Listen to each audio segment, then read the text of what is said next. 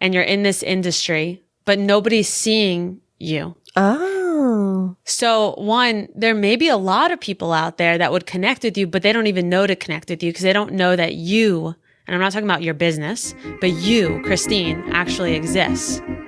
And now, I'm the captain now. coming to you from the K2 Studios in San Diego, California. This sounds great. You sound amazing. I always sound amazing. It's the world famous Everybody's hitting off like BFFs. Chris and Kristine Show.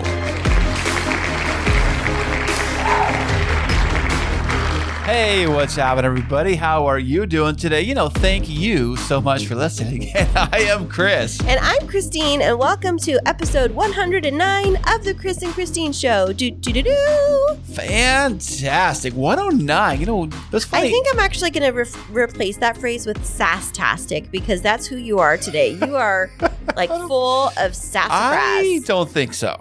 Yeah, you are very sassy today. I'm not being sassy. I was like, do you know why I'm really frustrated today, Chris? And you were like, I don't know. I bet you don't even know why you're frustrated today. Exactly. And I was about to tell you that, I'm a little bit frustrated because I've seen like piles of Amazon boxes coming delivered to the house.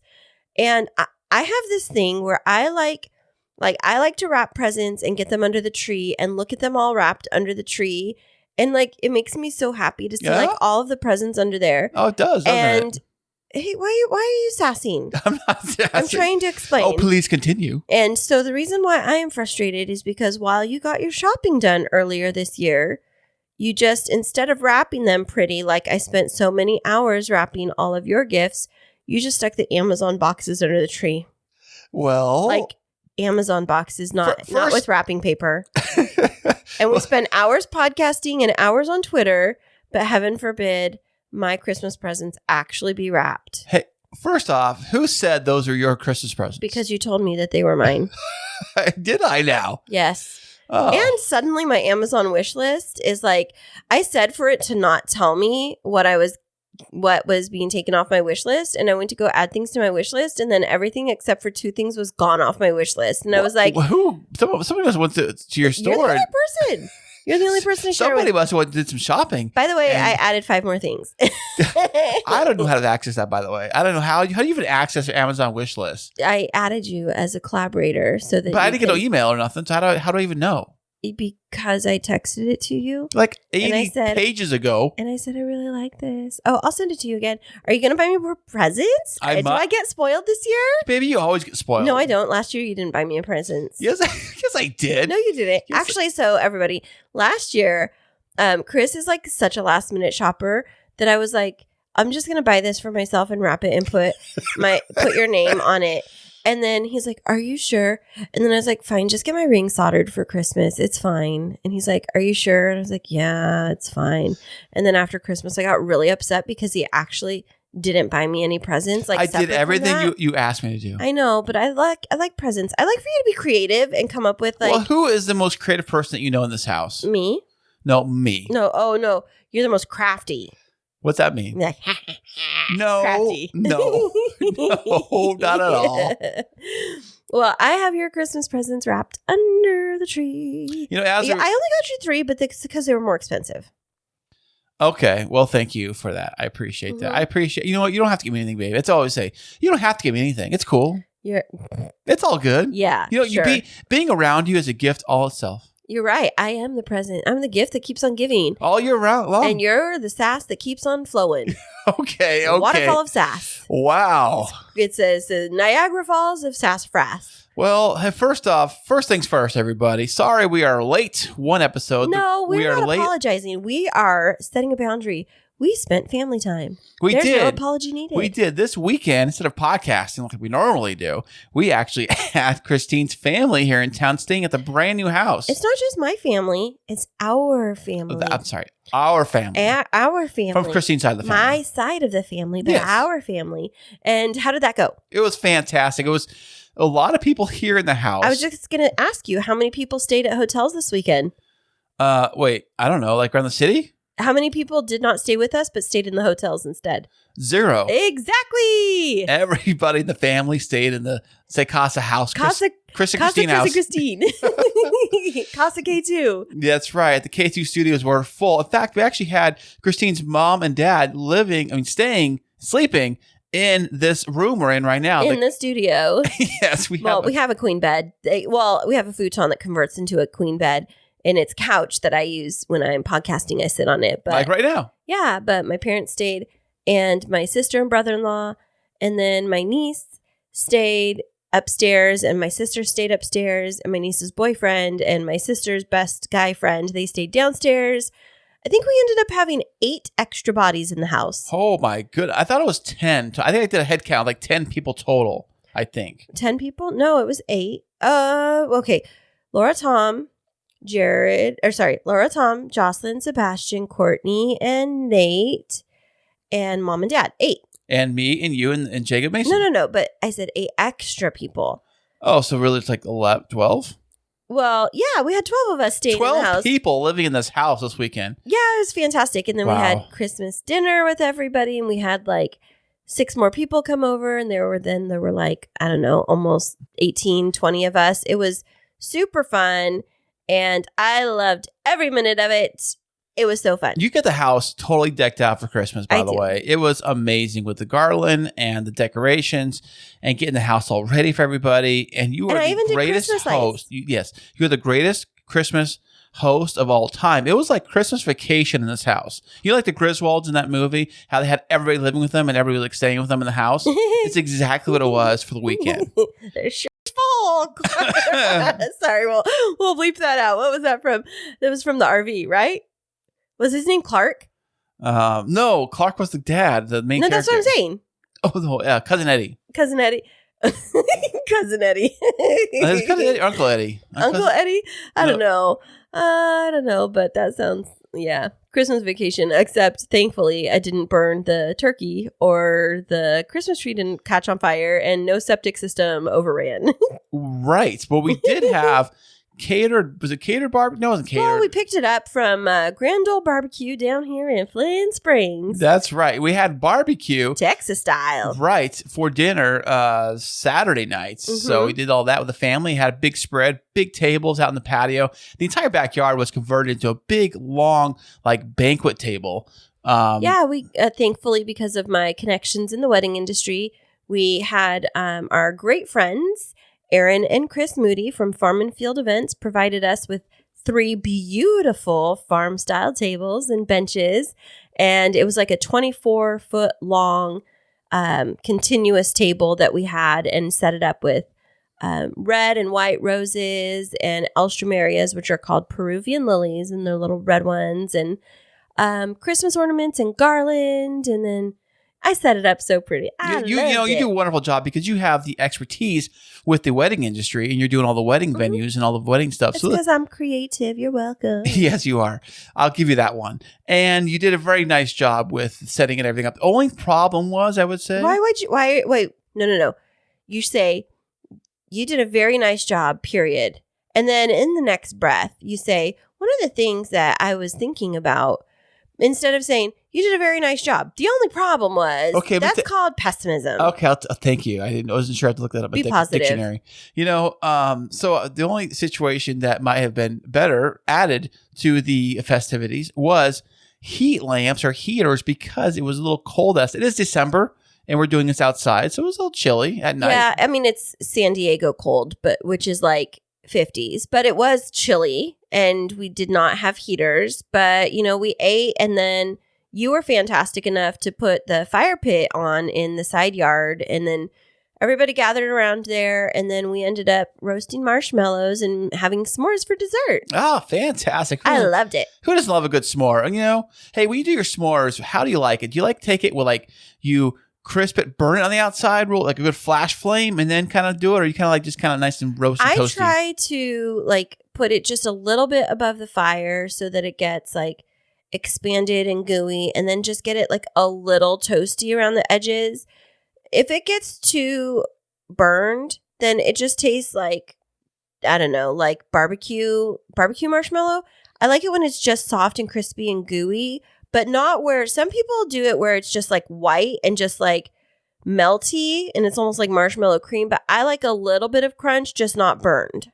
Right. I like mine like that too, but I think that here's a key to it is that remember the time we got the oversized marshmallows? No, they weren't oversized. They were they were square marshmallows. So they were supposed to fit perfectly on the graham cracker. What were the ones we had that were like too big? Well, they were big, but they were squares. Well, they were so big, they just spilled out everywhere over your hand. They did. They were like your hand was covered in marshmallow goop. Yeah, I wonder why they don't just do smaller square marshmallows, because that would be great. But then I think that part of the fun of s'mores is like you have the little round marshmallow and you like squish it down and it's just ooey. It flattens out, makes a big mess as it spills out between the two. It's so delicious. Crackers. Oh, it is great, by the way. We're talking about camping stuff here in the middle of December. Yeah, except we get to do it in our side yard and we love that. And so we had a great time with family, and the last little bit of our company rolled out of town around 10 o'clock this morning. And so we were just getting the house back in order and getting kids settled in. And of course, the first thing that Chris wants to do the minute that the house is empty is all day long talking about, when are we going to podcast? Are we going to podcast? Well, Kristine, here we are, baby. Yeah, we're doing the podcast right now. After everything's been said and done, the room's been back together and your parents have left out and the kids are back in bed. Yes. Yes. So the funny thing is, not funny, haha funny, but funny like you drive me nuts is oh, come on. That I was in the living room finally winding down. Mind you, I'd worked all day and the kids are being little critters that are difficult to work with. And I had a really rough week last week. We're not going to go into that on the podcast, but it was a really difficult week. And so I was like finally winding down in the living room and started to doze off just a little bit to Hallmark Channel and like so relaxed. And then I hear, hey, babe, are you okay? Are you okay, babe? And I'm like, what? What a responsible husband to check out, make sure you're okay. I'm resting what a hero. right now. I'm just resting right now. And you're like, babe, don't go to sleep. We got a podcast. You gotta get up.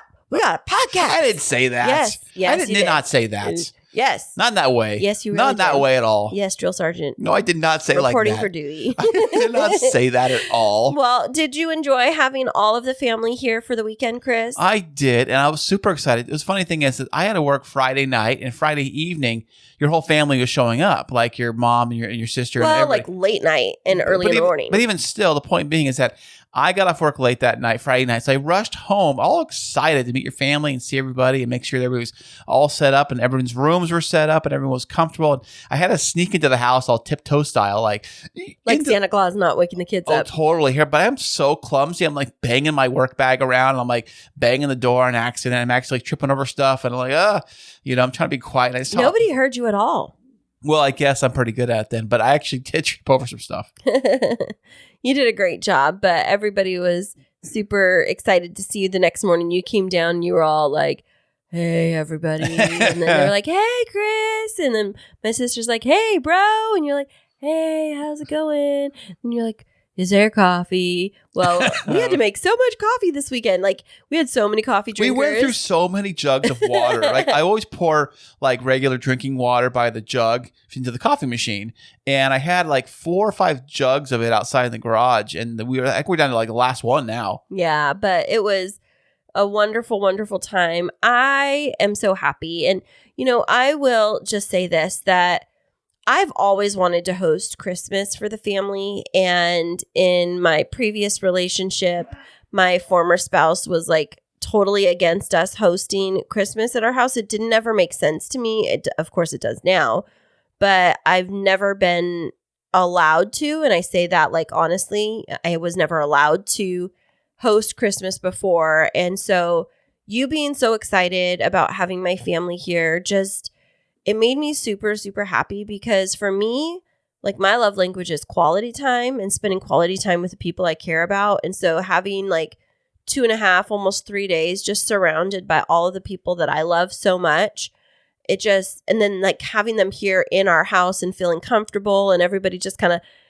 on what was it, Saturday night after we did Christmas dinner, like everybody's just like laying around in the TV room, like in their pajamas, cuddled up with blankets, chit-chatting. And my mom and I, and Sunday morning while we were making breakfast, everybody's like like laying on each other in the couch and just like snuggled up and drinking coffee. And the kids were just, hanging out, and it just made me so happy because it's my childhood memories. That's how we used to spend Christmas. Oh, and it's so wonderful because your family they don't live close by. So it was a trek for them to come down here, like 350 miles or something for them to all come down here. Yeah. And all of them drove down here, and they had really busy schedules. And so like my parents got here, my mom had to work all day, and then they drove down. So they got here at like 10:30 at night, maybe 11 on Friday. And then my sister had to work until like 8.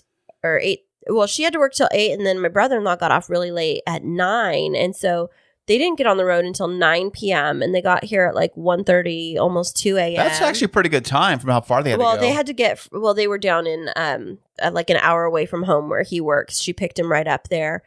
And then my little sister came down on Saturday. They had a wedding that they were working. And so she just came down, and they ended up staying an extra day, which was great. But bottom line is, I really appreciate that you have taken on the same philosophy of me as like family is always welcome here. And, kind of seeing how I grew up on Christmas, because a lot of the holidays I spend down here are with your side of the family, and I don't get to spend as much of the holidays with my family. So it was really special to me. And it's very special. And, it's because we have this house too. We actually made it possible. If we had the old house, we couldn't really even pull that off. We couldn't, yeah. I mean, we'd have like a couple people stay with us, maybe your mom and dad. But it would be so like, there's not enough room, and people would be like irritated and fighting over bathrooms. And we had the same amount of bathrooms. That's not really a problem. No, we had 2.5. This is 3 full bathrooms. But still, So question, would you do it again? Wait, what do you mean? Have all my family here again for Christmas? Of course I would, baby. Yeah? Can we? Is that a cool thing? Yes! Can we do it again? I would love that. That'd be so fun. Okay. All right, everybody. And all of our listeners are going to be like, okay, when's our invitation coming? It's in the mail. It is. Right to your address. Look for it. Yeah, absolutely. Well, that's kind of been a recap on our weekend. It's just been a fun weekend full of family. And we did do the tourist thing. We went down to the Hotel Del Coronado, to the beach, seaside.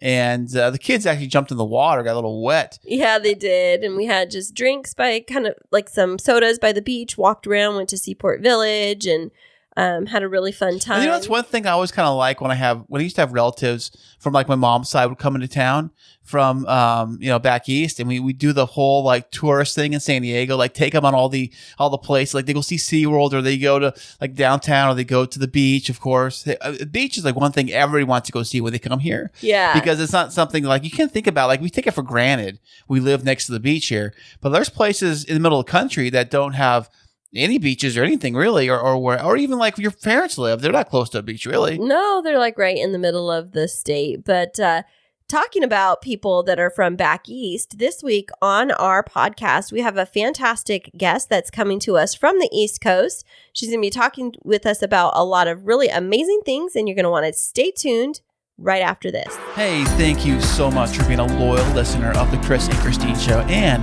as that you are a loyal listener, we have a very fun opportunity for you to get involved with the show. Ooh, tell me more. If you like to get exclusive content you can't get anywhere else, and to receive free merchandise shipped to you every single month, ooh, I want that. Then head over to patreon.com/The Chris and Kristine Show. That is patreon.com/The Chris and Kristine Show.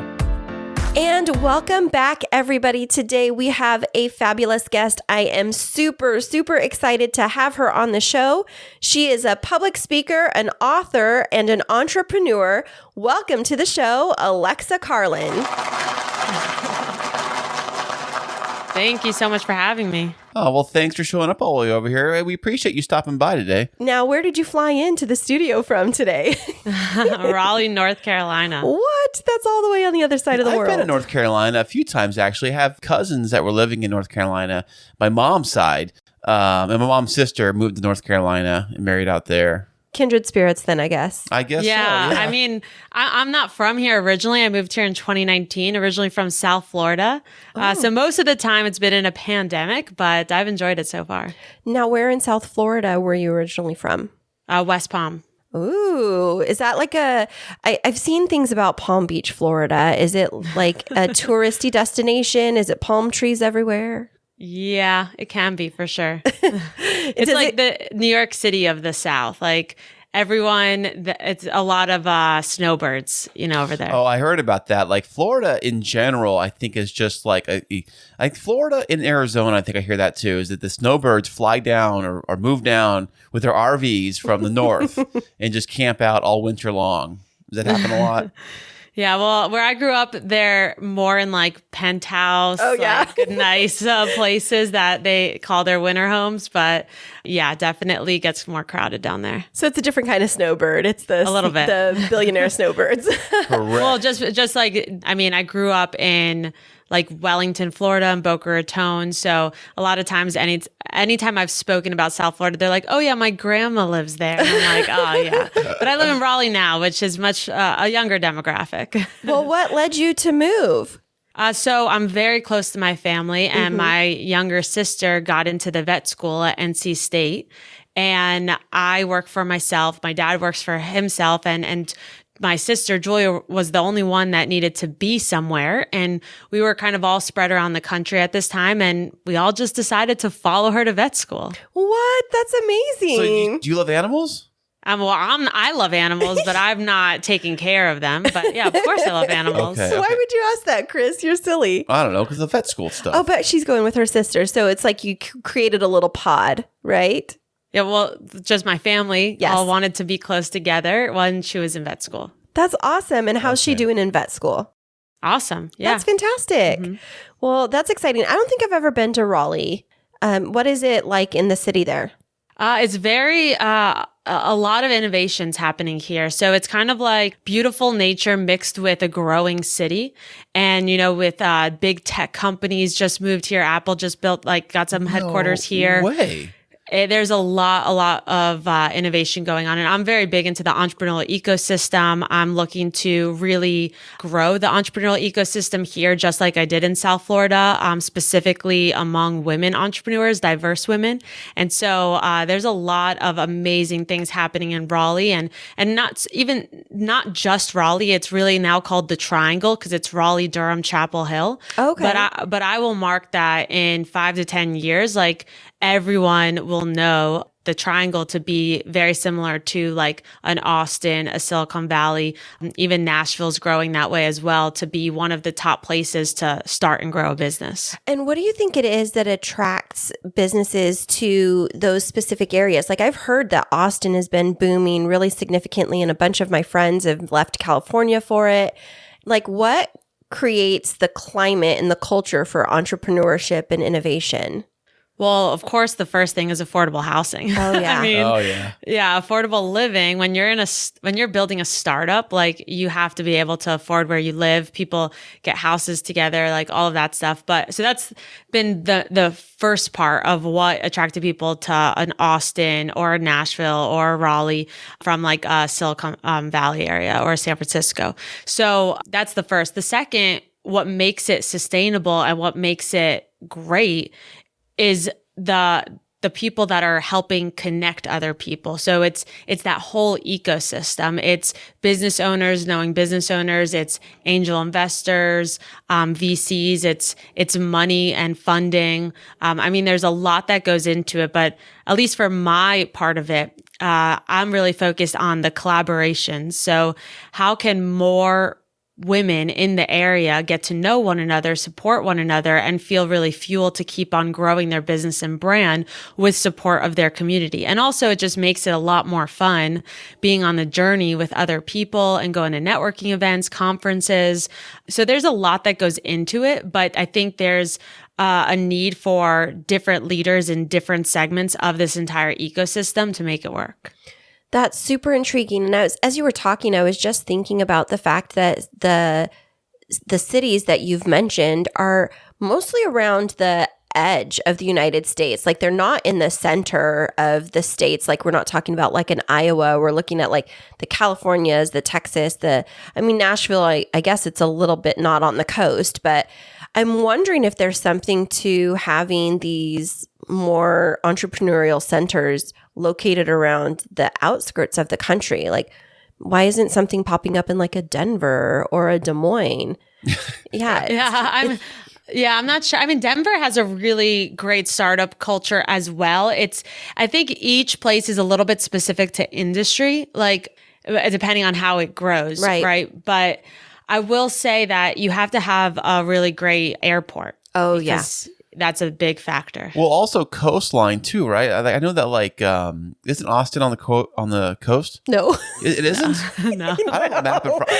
Houston is though, right? I'm sorry, Alexa. He doesn't know his geography very well. I'm not the best at geography too, but at least I knew that. No, I'm just kidding. Oh, well, you asked me something the other day, and you were saying doesn't something have a beach? I don't know. I think you were asking me if there was a beach in Phoenix or something. I was not. I was not. Well, that's okay. So you seem to know a lot about entrepreneurship, and in reading about your bio, it seems like you've been in this space for a while. So, where did you even start in terms of business? Is this something that just recently, or were you a lemonade stand kind of girl growing up? Yeah. Yeah, definitely a lemonade stand kind of girl. So I have been an entrepreneur for really since I can remember. Before what I call my first official business, I was doing the dog walking business, the handmade bedazzled jewelry business. And then my first official business was when I was 17 years old, which was designing and selling jewelry under my own label, but as sole licensee for an LA-based fashion company, where I would donate a percentage of the proceeds to help them build schools in Africa to help make those villages self-sustainable through education. Nice. At 17, you developed that? Yeah. I mean, how it came about was I was very into leadership. I went to a high school of 3,000 plus people. I was student body president. I was always looking to make a difference, I still am today, in at least one person's life every single day. And when I was school shopping with my mom, before senior year of high school, I was already elected president. I was thinking of ways to make our school really make a difference. And so that was kind of just on my mind. And when I was school shopping, I saw this graphic tee, and what was on it stood out to me. And it was the shape of if you were making a peace sign with your hand, yet the palm was the shape of the continent Africa. And on the hang tag, it said how this company, Omni Peace, was using fashion to help fulfill this mission of making these villages self-sustainable. And I was really taken aback by this mission. I was super into fashion, and I was just wowed that they were using this vehicle and this industry to make an impact on just something so big.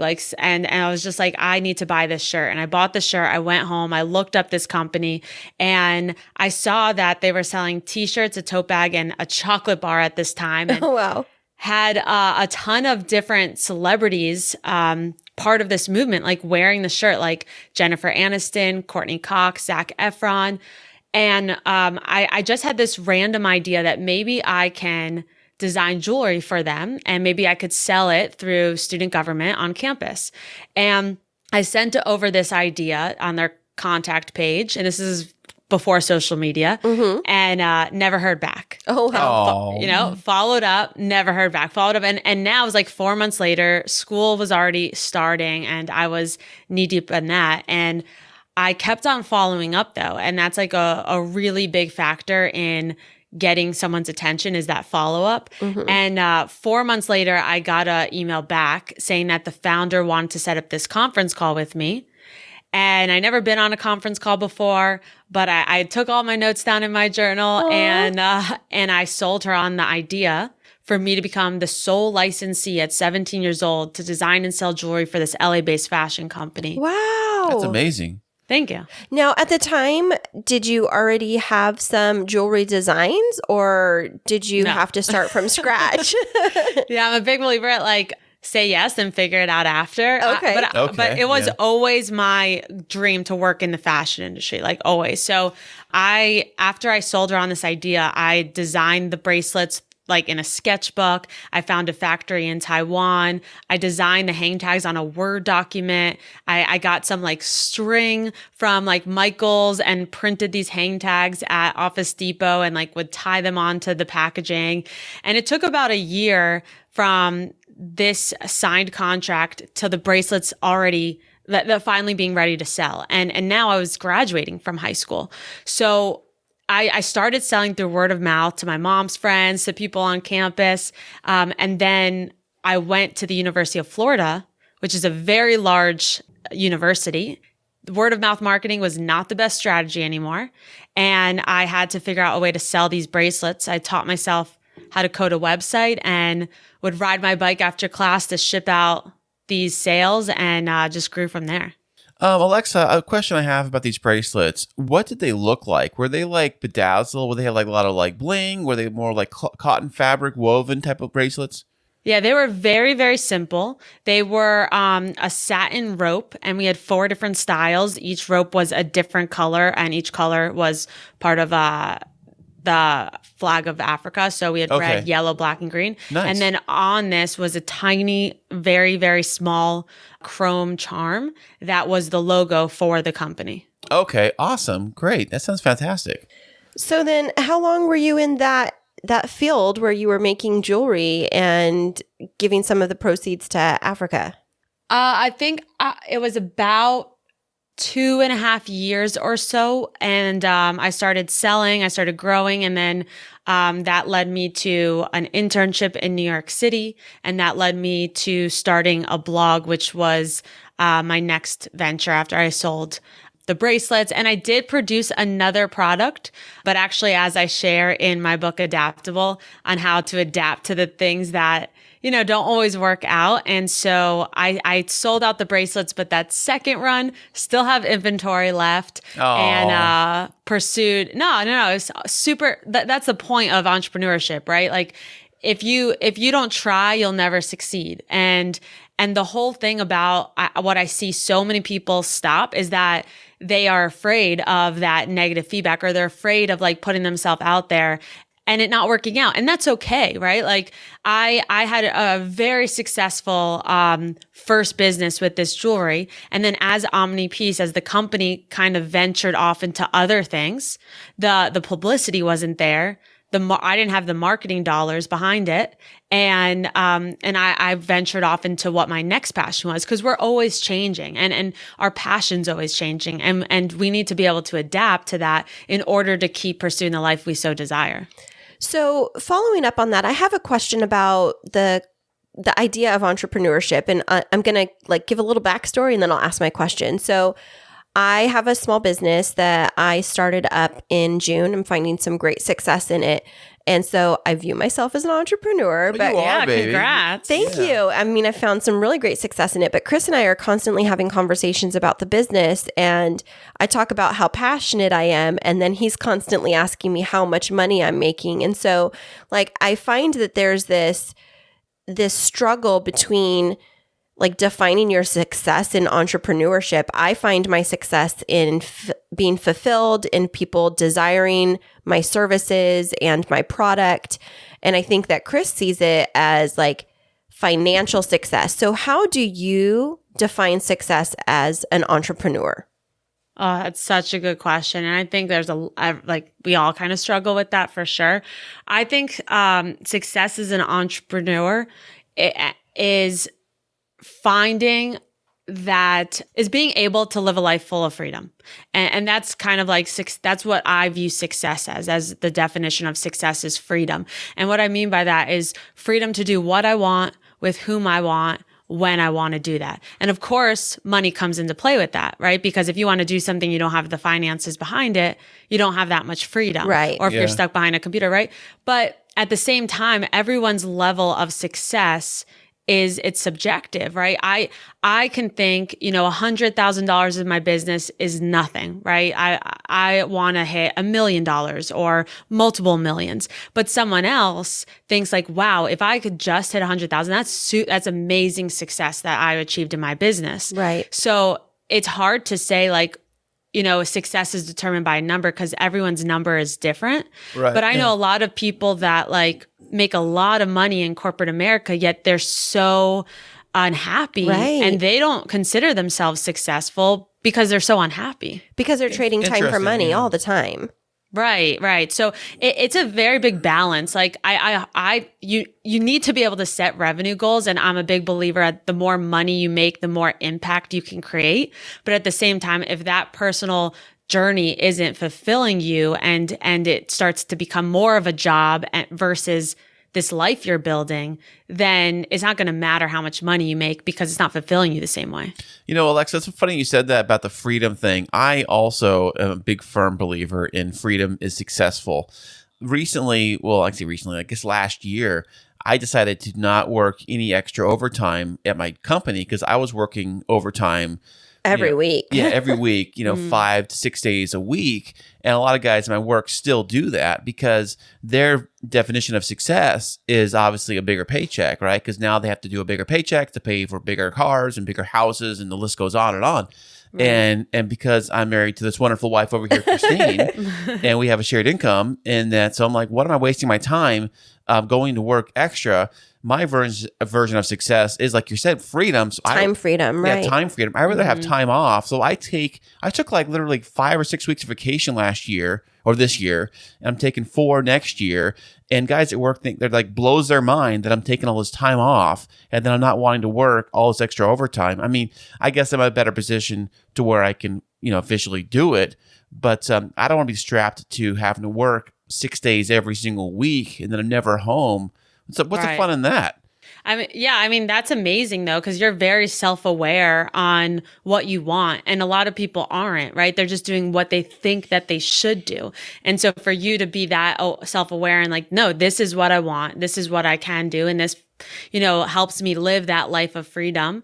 And I'm still pushing towards goals and everything. That is something that I think a lot of people wish they could say they have. Yeah. And I think that, in speaking about entrepreneurship, while there's this goal to have freedom, being an entrepreneur, and especially a startup entrepreneur, it's super hard and relentless work at times, right? Mm-hmm. Super hard. Yeah, it's definitely not easy, but that's the thing. Like when you are aligned with your purpose, even though it's hard and even though there's days where like you're like, oh my gosh, I could be making so much money doing something else, or there's just like so many roadblocks, like you are still motivated to push through them or find a way to keep on making it happen because you're aligned with your purpose. And when you start to feel like drained from that energy or that journey, then it's time to adapt and pivot. And I give the example of when people see that a path is not working out, they think that they're failing at their dreams. And so they're like, all right, well, this is not working out. I can't make that dream happen anymore. And that's something that happened this past 2 years with the pandemic. A lot of businesses were gone, right? We couldn't do it. I mean, my business was entirely done because we were an in-person events company and I'm a public speaker. Oh, wow. So I had to basically start from scratch outside of brand equity and my own reputation and community. But what I realized during this time was that events and in-person speaking, yes, that was the path I was on, but that's not my purpose. That was just the vehicle I was using to fulfill that purpose. And there's a million different ways to achieve success. You can't give up on the first try. And so I always say, be more committed to your purpose than the path. Okay, yeah. Now, you talked about adaptability just now and kind of being able to quickly pivot. And, you talked a little bit about when you were 17, starting your business and then shifting and pivoting. But what happened in your early adult years, like in your early 20s, that was a real turning point for you in learning that concept of adaptability and resilience? So when I was in college, I was now growing this blog. I was a few months away from graduating, and out of nowhere, I started to get really sick. And the blog that I was running was to help women and young girls gain confidence, and we just hit like 1,000 likes on Facebook, and I was like, yeah, let's celebrate with a party. Of course, like, right, any excuse to throw a party in college. And so I invited my mom to drive like 4 hours from South Florida to come that weekend. We had friends coming in, and so a few hours before guests were supposed to arrive, wasn't feeling well, already went to a walk-in clinic, and they just gave me antibiotics and fluids. And when my mom walked into my bedroom, I shared an apartment with my 3 other best friends. I was having a hard time being able to breathe. And she looked down at me while I was sitting on my bed, and she saw my heart beating rapidly out of my neck. And she said, Alexa, we're canceling the party. I'm taking you to the emergency room. She drove me to the emergency room, and right away they took me in the back because my blood pressure was dropping rapidly. Wow. And first they were doing some tests and monitoring me, and I was in so much pain, but they couldn't give me any like medicine to help because my blood pressure was dropping so rapidly and I didn't know what was going on. Mm-hmm. And I just remember like there was a few, one doctor monitoring me, and then there was like 5 to 10, and then there was like 25 people surrounding me. And they took my mom into a separate room from where I was at. And they said, your daughter's body is going into septic shock. Oh, no. We have to induce her into a medical coma. Call your family. Oh, my gosh. And I was induced into a medical coma for 6 days. I was given a 1% chance to live. They told my mom I had 24 hours at one point. Oh, my gosh. Oh, that's going to be so hard on a parent. Yeah, it changed our life for sure. So did they ever determine what the diagnosis was? Well, they weren't ever able to discover where the bacteria was contracted from. There was a number of places it could have happened, but they were doing all these tests. And basically what septic shock is right when a bacteria gets in your bloodstream and your body, it's sepsis. That's what it's called. Right. And that bacteria, because it was in my bloodstream, it started killing all my organs rapidly and my body was going into shock. Oh, no. So how long was your recovery from that? I mean, after you came out of a medically induced coma, I know that journey to get back to full health can take quite a long time. Did you have any long-term organ failure as a result of it? Yeah, that's a good question. So I was in a coma for 6 days, in the ICU for 10. And this was in the end of January 2013. And it took me quite some time to get my lungs back to full capacity, to be able to walk again. Regarding my organs, there was some times where I definitely felt like I couldn't breathe well, but I also I don't know if this is true or not, but there was a lot of times where I would have different heart issues, and some doctors have said that that's from that, right? But some not anymore. But when it was first happening, but that also led me to suffering with a lot of post-traumatic stress. Mm-hmm. So anytime my heart beat rapidly, I would be so nervous because that's literally what was happening. My heart started beating super rapidly right before I went into the coma. So that triggers a lot of those memories. So are you as far as athletic stuff goes, you're exercising. What do you do when you have to exercise or anything like that?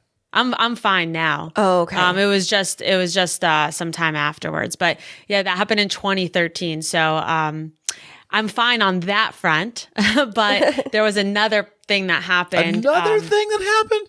So 6 months after this experience, I still was able to graduate on time, moved to New York City, got my dream job working at InStyle magazine, again, wanted to work in fashion. And I started getting sick again, but this was something different. And I ended up being diagnosed with a chronic autoimmune disease, which has been the hardest thing to ever deal with because I still live with that and I will live with that for the rest of my life because there's no cure for it. I feel you, sister. What I wrestle with one too. What is there you go. Mean? Autoimmune tribe right here. So for those that don't know, like myself, what does that even mean? Like autoimmune, yeah. So there's a lot of autoimmune diseases. I have ulcerative colitis, so mine's all in the digestion. For years, I was very sick. I had to move home from New York City back with my parents to gain their support in my 20s. For years, I was in and out of doctors, in and out of hospitals, couldn't eat one thing. For some time, I was only able to like digest rice and potatoes. It was just a very, very traumatizing, long, years in my 20s. And I mean, there was 8 months where I was too sick to even walk my dog outside.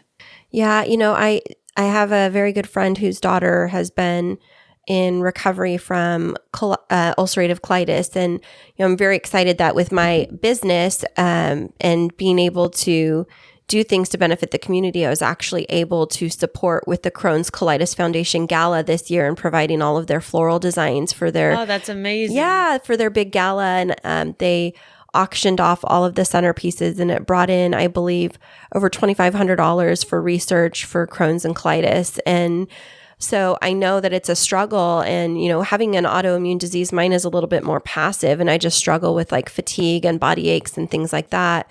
But as an entrepreneur and trying to be out there and being a risk taker and having a lot of the anxiety and the stress associated with building your own brand and building your business, how have you negotiated that while battling an autoimmune disease?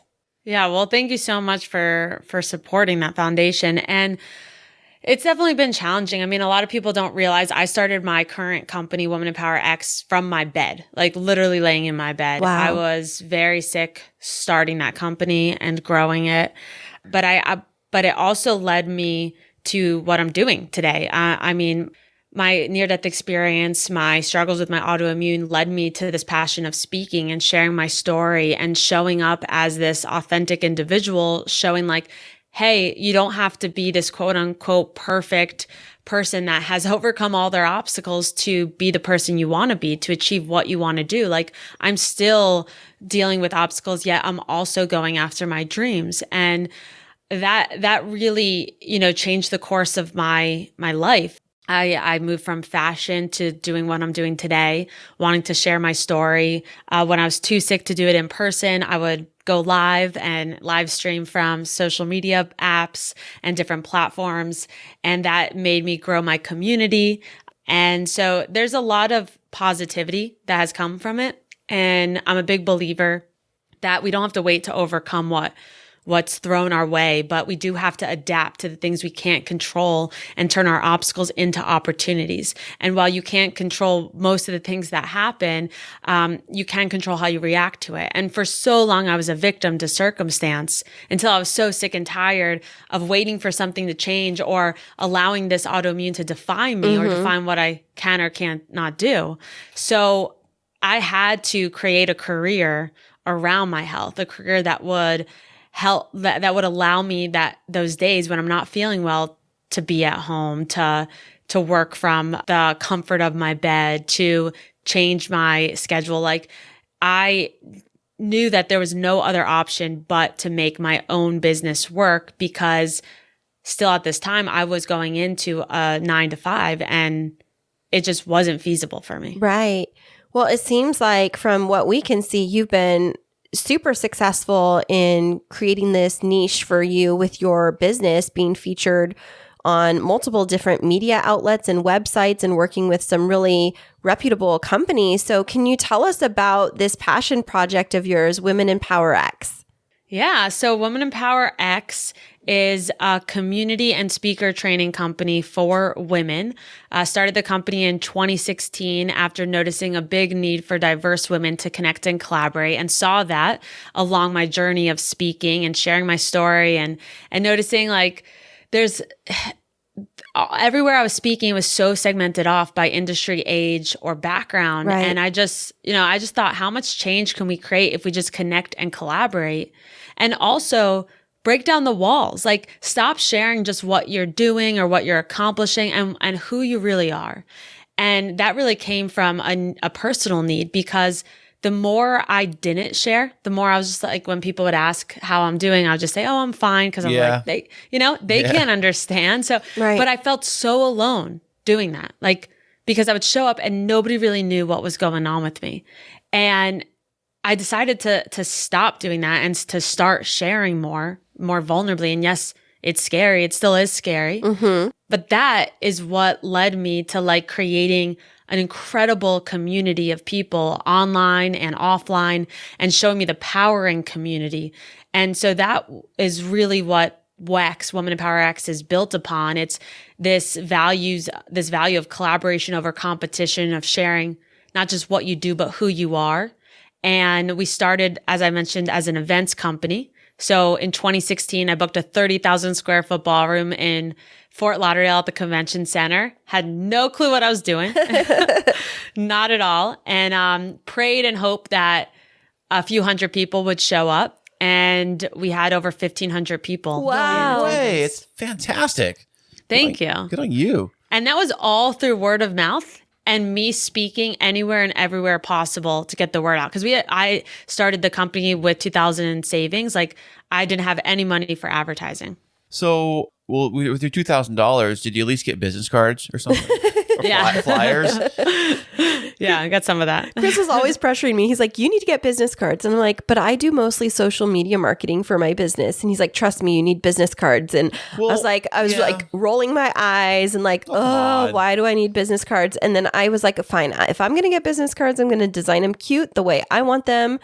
And I'll tell you, I hand out so many business cards because my husband was right. Yep. I got business cards because I just wanted a business card. Oh, yeah. Well, I'm the opposite. Well, Kristine does events also, so she's there in person. Like, if you're at a place in person, then the physical business card's probably easiest to like give out because it has all the information. Maybe, right there. But So I like mine because they're cute. And They they're are cute, yeah. and they're pink. Okay. Felt like Yes. Elwood's there, like it's pink and scented. Yeah. Oh, that's perfect. Yeah. That's funny. So what Women in Power X, you've had to pivot, as you were mentioning. So you were in person. Sorry, I'm stumbling over my words. You were in person event oriented and speaker oriented. What's that pivot been like over the last couple of years for the hashtag COVID era? COVID life. Yeah, COVID life. It's been hard for sure. So, like I mentioned, we couldn't do what, we were doing. We were hosting these events that now attracted 2,000 to 3,000 women at convention centers in Fort Lauderdale, DC, Raleigh, and Los Angeles. And I was speaking as well, traveling a ton, speaking at universities and corporations.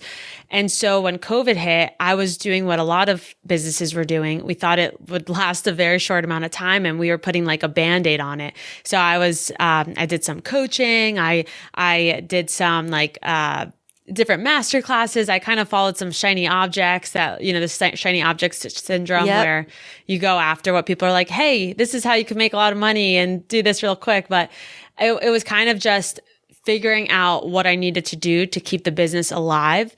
And then when I realized this is not going away, this is lasting for much longer than what we initially thought. So we did pivot to virtual. So we hosted our first WEX virtual conference, which was incredible. We actually attracted people from 40 different countries. Wow. And so that showed us we have a much larger reach, right, online, and made it even that much more inclusive. And we also have pivoted our path to achieving that mission of helping more women grow their business and brand. And so today we focus on educational products. We're a platform that really provides the tools, the coaching, and the community support to help women grow their business and brand through the power of their voice, through public speaking on all different platforms. That's exactly how I did it. I spoke anywhere and everywhere, both free and paid. Right now, I'm speaking to grow, right? To get my message to the masses.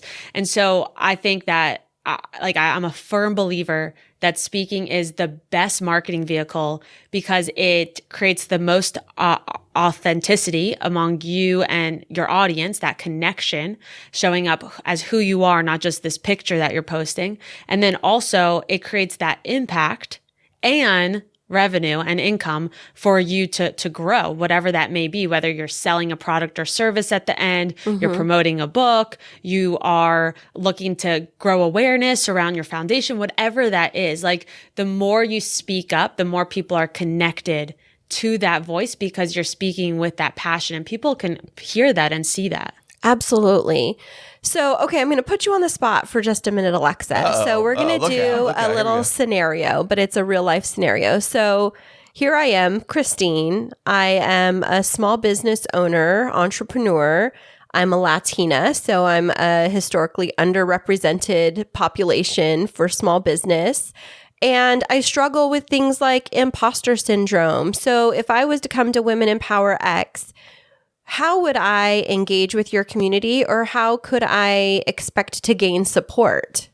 Yeah, good question. So one, we all struggle with imposter syndrome, even the most successful people. So totally with you there.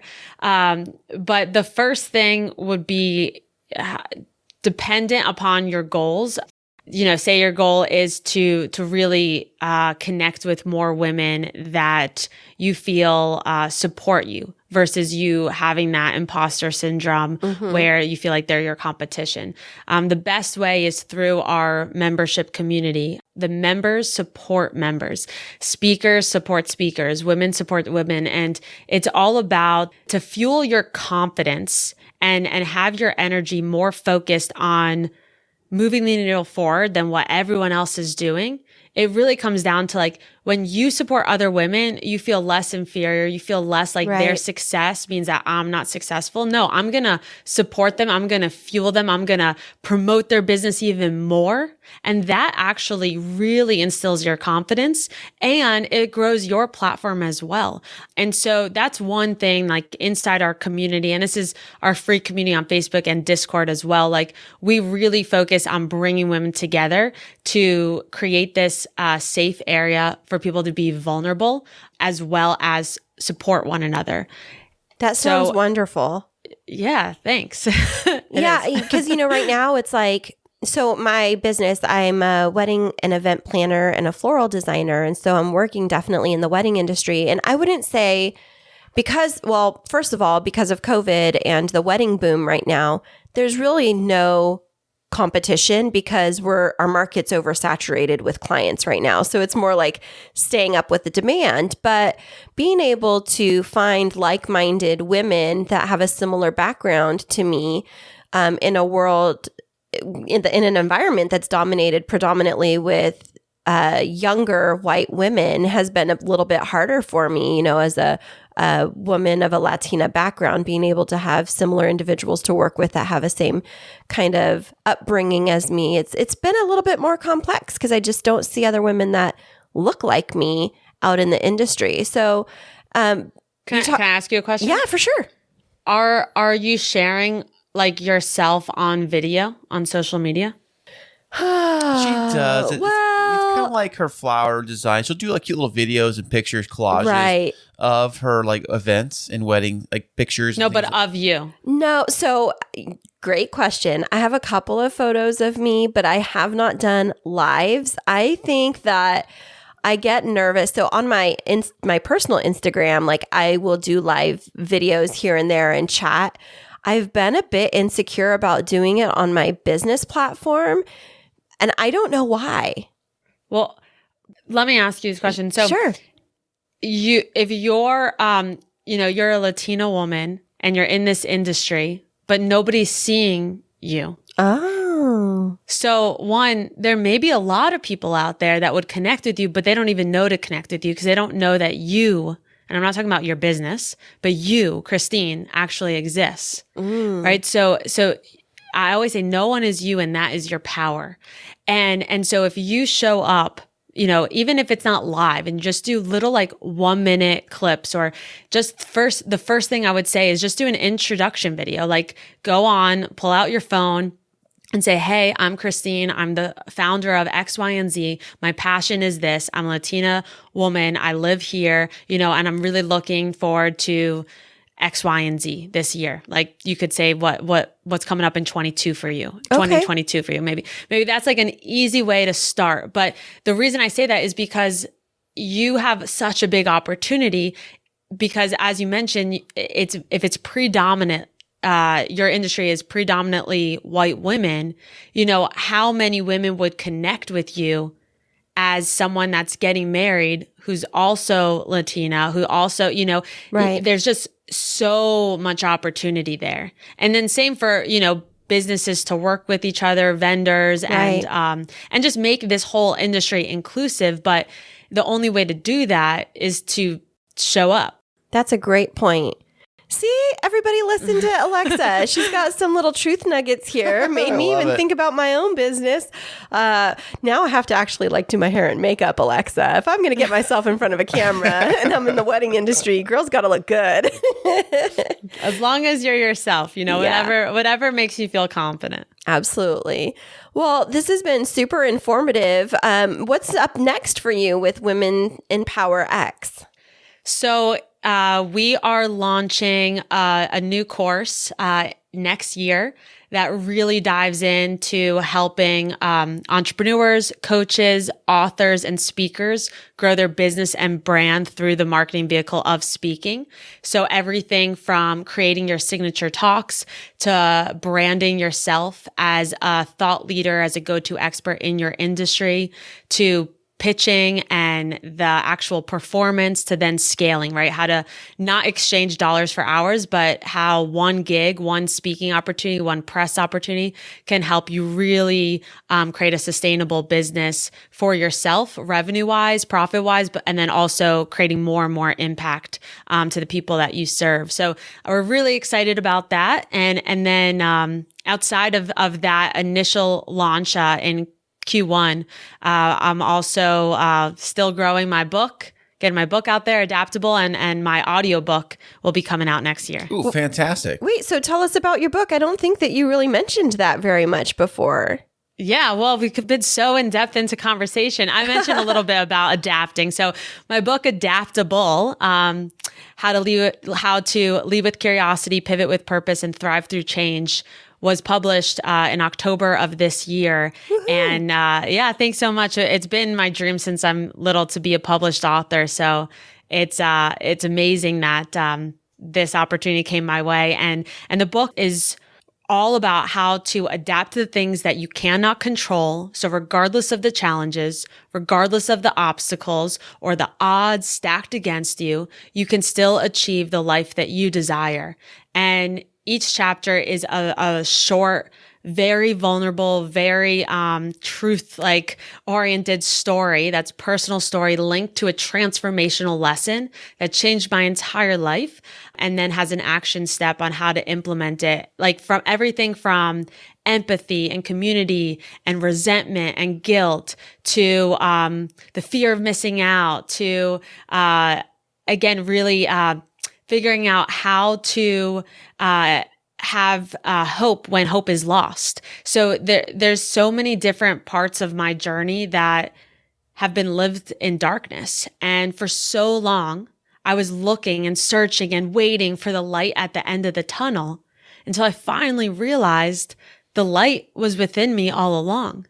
Ooh, I love that. That's a good one. Yeah. Thank you. And I hope that every reader rediscovers that light within them, because I truly believe that everyone has so much potential inside of them, but it's their job to unleash it, unlock it. And sometimes you just need to shift your perspective on your current circumstances in order to do that. And that's what I hope this book, Adaptable, will do for readers.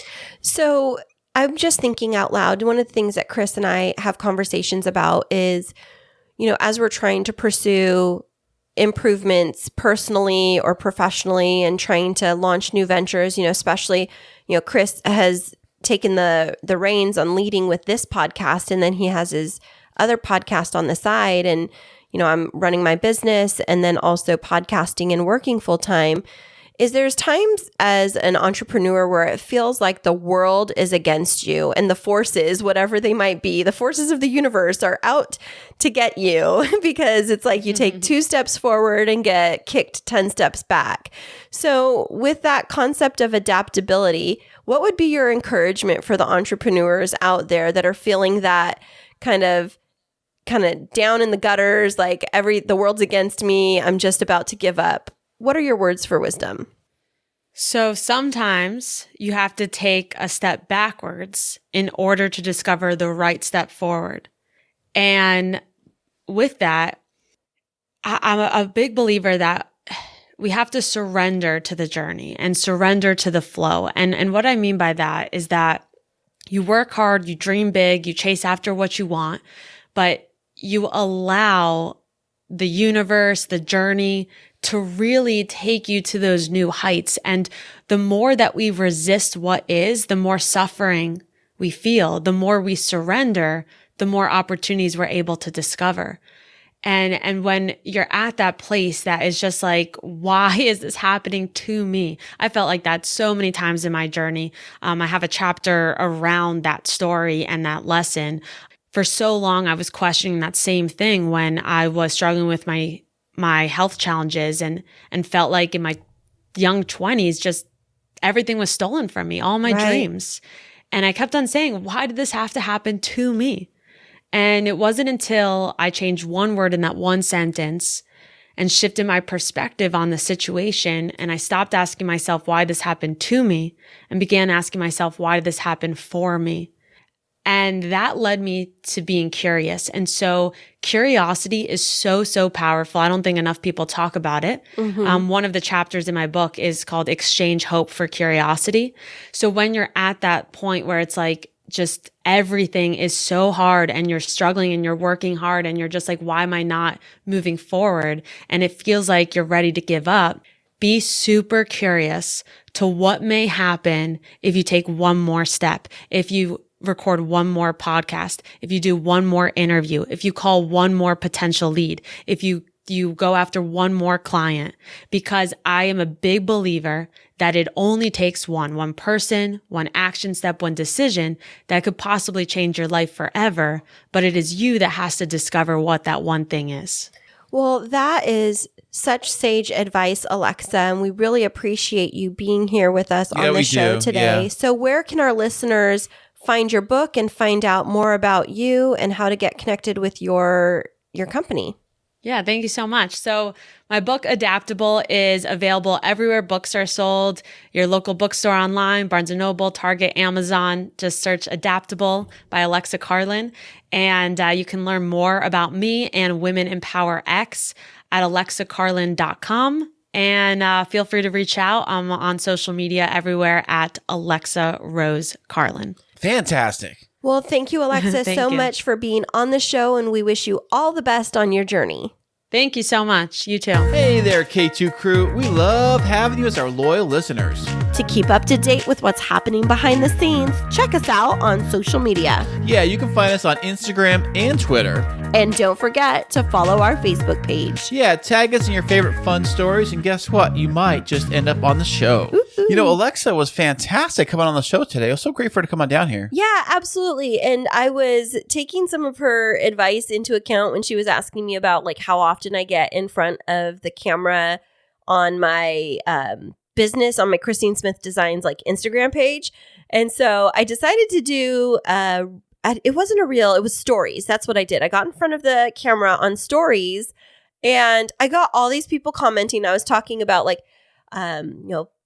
I'm Kristine Smith, but actually I'm Dr. Kristine Smith. And of course, you got to drop that in there. Yeah, but I was showing how I got my dissertation in the mail, like my bound copy of my dissertation. And I was chit-chatting on there for a couple of minutes. And I got so many people engaging with that post. They were like messaging me and like, way to go, girl. And then I had the mother of one of my brides that just signed a contract with me reach out to me and message me and like saying like we had things in common. And I was like, no oh my way. gosh. It was like, oh, it's so good. Yeah. That's fantastic. So are you going to do more video work, you think, in the future? Well, I think I'm going to need to get in front of the camera a little bit more because I make reels here and there on Instagram because that's where a lot of my traffic is, Instagram and Facebook. On Facebook, people follow my personal account because I don't really have a business page per se for Kristine Smith Designs.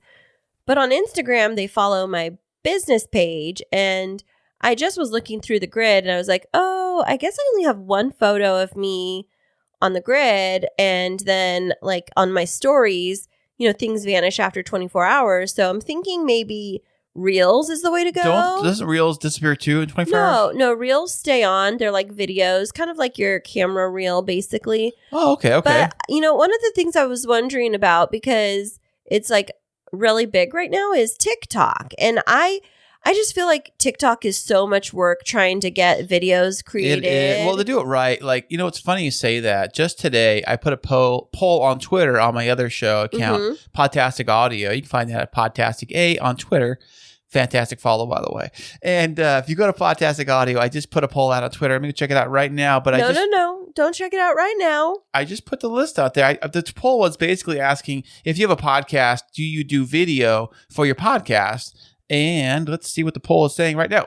According to the records, as of right now, I've got about 15 hours on the poll left, but 95 votes have came in so far. Wow. And of 95% votes, only 35% of them are doing video work. Okay, but what does that have to do with TikTok? Because TikTok's it's all video, right? But it's not a podcast video because it's like 1 minute. If even that. That's probably what it's like 5 seconds. Well, I do know that podcasts like this one were audio only, which is an audio show. Sorry, you can't see us right now, but it's audio only. And I was wondering, there are a lot of shows that do incorporate some kind of video element to their show. And I was wondering if that makes a difference. People are doing it. I don't know, but the real reason why you don't want to do video is because I'm so dang hot that you were afraid that all these guys are going to be like, hey, baby, what's your sign? And so Chris was like, I got to keep her behind the curtain like the Wizard of Oz because I don't want all these guys like trying to get after my girl. That's exactly. I don't know how you even knew that. That's, it's funny you say that. Your mind. I thought you were thinking the same thing about me. No. So I was thinking you think all these girls think I'm super hot. No, they all come after you no matter what because I just can't hide that hotness over there. It's just like shh. But no, seriously, I was thinking about what Alexa was saying related to whether or not to be in front of the camera. And I've just had this anxiety of like, I don't want to put the focus on myself because it's all about my flowers and my wedding planning. But she made a really good point. Like, I am my brand. And if I am the brand and people need a connection to me because I'm going to be working with them and they're contracting with me for my services. Right. You want to show off your service. Like, you're not the brand. You personally are not like I guess you're the face. I am. No, but that's what I'm saying is I am the brand. And so my services are me. My heart and soul goes into it. And that's what makes it unique. And so I think that's kind of what she was saying, but about like making myself come to life more on video. I'm just going to need to think about it. But I was really simmering on what she was saying. And so what I have decided to do is to really kind of like polish up my brand presence. And I'm going to do a personal branding photo shoot in March for my birthday. No way. Yep. That's fantastic. Yeah. So I really learned a lot from this episode. And I think that it's going to be like really helpful for me in my business. And so I hope that people were like really tuning in to some of the really important tips that she was sharing about like how to just build yourself, build your presence, and, be a social media mogul. And with women helping women supporting women, I believe that, especially in your industry, in your world, I mean, I don't know a lot of guys that are really looking into wedding planners or wedding type stuff. I personally, I mean, I've had a couple of guys reach out, but you're right. I think primarily the demographic is majority women, not to stereotype. There are gentlemen that are looking for coordinators and planners and floral designers, but